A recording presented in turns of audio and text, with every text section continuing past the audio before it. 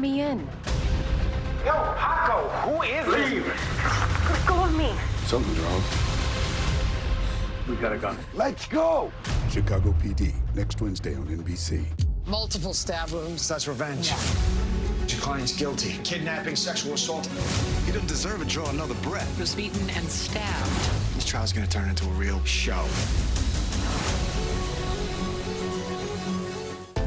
Later, Jimmy Fallon welcomes Sarah Silverman, NBC Tonight.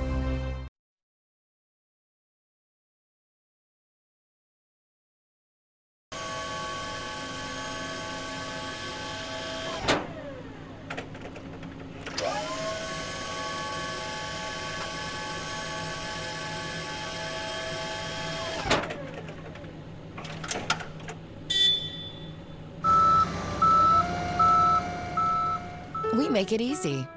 Toyota, let's go places. This winter, we must all do our part to protect ourselves and loved ones from COVID-19. Getting vaccinated gives you the greatest protection against severe illness and death. And for the first time, everyone in the family ages 5 and up is eligible for the vaccine. If you are already fully vaccinated, get your booster to keep your immunity strong. Keeping each other safer is simple. Get vaccinated. Visit myturn.ca.gov to find a vaccination location near you. NBC4 News at 11 starts with breaking news. That breaking news tonight is in Woodland Hills. That's where the bodies of 3 people are found in what police think is a drug overdose. Right now, Ileana Moreno overhead in News Chopper 4 Alpha with more on this for us. Ileana? And Chuck and Colleen, this investigation is taking place not far from the Topanga Mall on Victory Boulevard and Glade Avenue at an apartment complex. You see LAPD officers from the Topanga Division on scene, and there's homicide detectives here as well. Now, this is an investigation that started at 7:30 this evening when the bodies of those 3 men, all believed to be in their 20s, were discovered somewhere inside of this apartment complex. Unfortunately, we, of course, have learned that all 3 have passed away. Again, the LAPD is investigating this as a possible drug overdose. That is the latest from Woodland Hills in News Chopper 4 Alpha. Let's send it back down to you in the studio. Thank you, Eliana. Also tonight, emotional tribute to an LAPD officer. Friends and colleagues are remembering Fernando Arroyos as a humble and hard-working officer. He was murdered while house hunting with his girlfriend in South Los Angeles. The tributes coming in just hours after 4 people were arrested in Arroyo's death. NBC4's Robert Cavazzi joins us live now from the Pico Union area with the very latest on the investigation. Robert? Colleen and Chuck, he wanted to be a member of the LAPD since he was 10 years old, and he only got to realize that dream for 3 years, working here at the LAPD's Olympic Division. Now, we have told you about Fernando Arroyos, the honors grad from Berkeley, that humble, hardworking member of the force. But now his family says he lost his life because of a $200 piece of jewelry.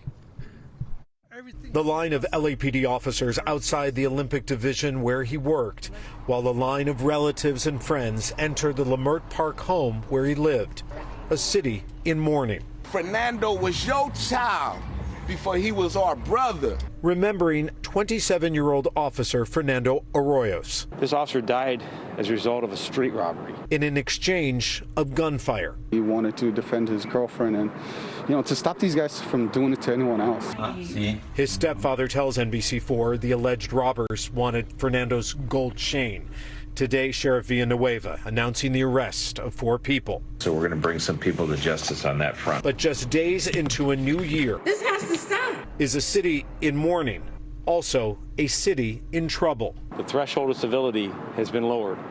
Instances of robberies in this city, in this region, while they're down, if you will, in pure numbers from where they were 2 years ago, the proportion of those robberies where people are carrying guns has increased. Chief Moore says the LAPD still has a job to do, just like Officer Arroyos would have expected. And he would say that if he was here, that he's no more important than any of the other people, men and women that he stand alongside, that he worked alongside, and that we're all just doing a task.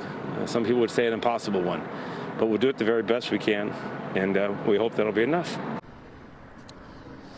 We still do not know the names of those arrested or the charges they face, and a fifth person may also still